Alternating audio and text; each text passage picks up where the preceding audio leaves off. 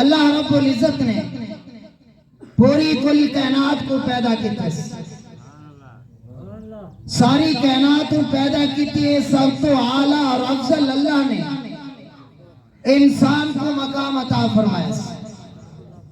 انسان ساری مخلوق تو اعلیٰ بھی ہے، افضل بھی ہے، سردار بھی ہے، لیکن اس سرداری کا نتیجہ اللہ نے انبیاء کو عطا کیتا ہے۔ آدم بھی سردار ہے، شیش بھی سردار ہے، نوح بھی سردار ہے، عیسیٰ بھی سردار ہے، موسیٰ بھی سردار ہے، 1,24,000 پیغمبر سارے دے سارے سردار ہیں، لیکن اللہ رب العزت نے چنیا ہے انہیں سردارے دا مقام اپنی جگہ تھے۔